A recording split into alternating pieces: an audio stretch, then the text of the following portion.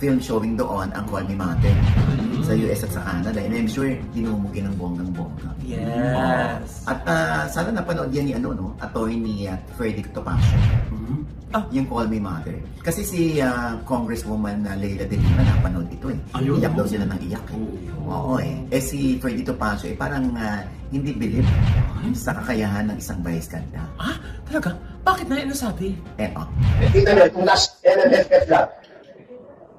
Natulad naman ang napanood ko, pero I think that is sufficient to know to make an evaluation.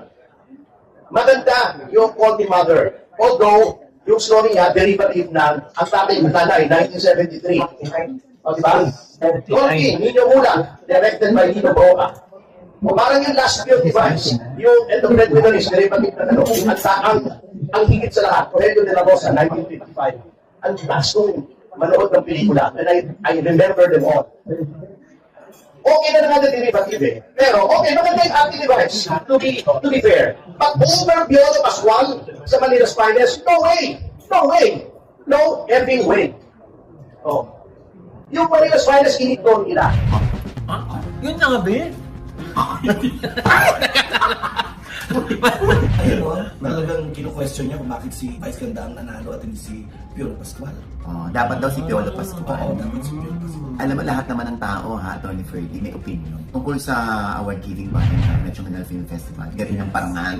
Oo. Kaya lang, siyempre, opinion natin yan, kahit naman kami, magkakaroon kami ng opinion. Pero, at the end of the day, kurado ba tayo?